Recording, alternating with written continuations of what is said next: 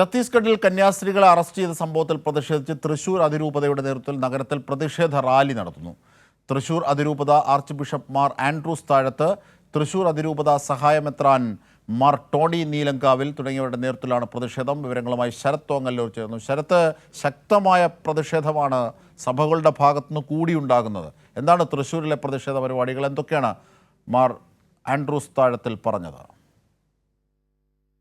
വൈകിട്ട് 4 മണിയോട് കൂടിയിട്ടാണ് തൃശൂർ അതിരൂപയുടെ നേതൃത്വത്തിലുള്ള പ്രതിഷേധ പ്രകടനം ആരംഭിച്ചത്. പുത്തമ്പള്ളി പരിസരത്ത് നിന്ന് ആരംഭിച്ച പ്രതിഷേധം കോർപ്പറേഷൻ ഓഫീസ് പരിസരത്ത് പ്രതിഷേധ പൊതുസമ്മേളനത്തോടു കൂടിയിട്ടാണ് സമാപിച്ചത്.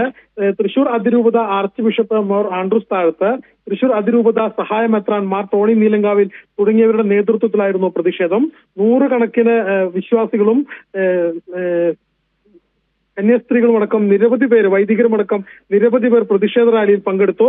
തൃശൂർ പുത്തമ്പള്ളിയിൽ നിന്ന് ആരംഭിച്ച പ്രതിഷേധ റാലി കോർപ്പറേഷന് മുന്നിലാണ് സമാപിച്ചത്. തുടർന്ന് നടന്ന പൊതുയോഗം ആൻഡ്രൂസ് താഴത്താണ് ഉദ്ഘാടനം ചെയ്തത്. കന്യാസ്ത്രീമാരുടെ അറസ്റ്റ് ഭരണഘടനാ വിരുദ്ധമാണെന്ന് മാർ ആൻഡ്രൂസ് താഴത്ത് പറഞ്ഞു. തിരുവസ്ത്രമണിഞ്ഞ് യാത്ര ചെയ്യാൻ പോലും കഴിയാത്ത അവസ്ഥയാണ് നിലവിലുള്ളത്. പ്രതിഷേധം ശക്തമാക്കുക തന്നെ ചെയ്യും. ക്രൈസ്തവർക്കും ന്യൂനപക്ഷങ്ങൾക്കുമെതിരെ തുടർച്ചയായി നടക്കുന്ന അക്രമങ്ങൾക്കെതിരെയാണ് ഈ പ്രതിഷേധം എന്ന് അദ്ദേഹം പറഞ്ഞു. ക്രൈസ്തവർ ഇന്ന് പലവിധ വിവേചനങ്ങൾ നേരിടുന്നു, അതിനെതിരെ കൂടിയാണ് ഈ പ്രതിഷേധം. മതപരിവർത്തന ആരോപണങ്ങളെല്ലാം അടിസ്ഥാനരഹിതമാണെന്ന് അദ്ദേഹം പറഞ്ഞു.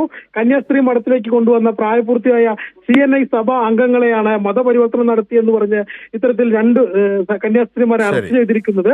പോലീസ് സ്റ്റേഷനിലേക്ക് പോകുമ്പോൾ മാത്രമാണ് സിസ്റ്റേഴ്സ് അവരെ ആദ്യമായി കാണുന്നതെന്നും ശരി, ശരത് തോങ്ങല്ലൂരാണ് തൃശ്ശൂരിൽ നിന്നുള്ള പ്രതിഷേധത്തിന്റെ വിവരങ്ങൾ നൽകിയത്.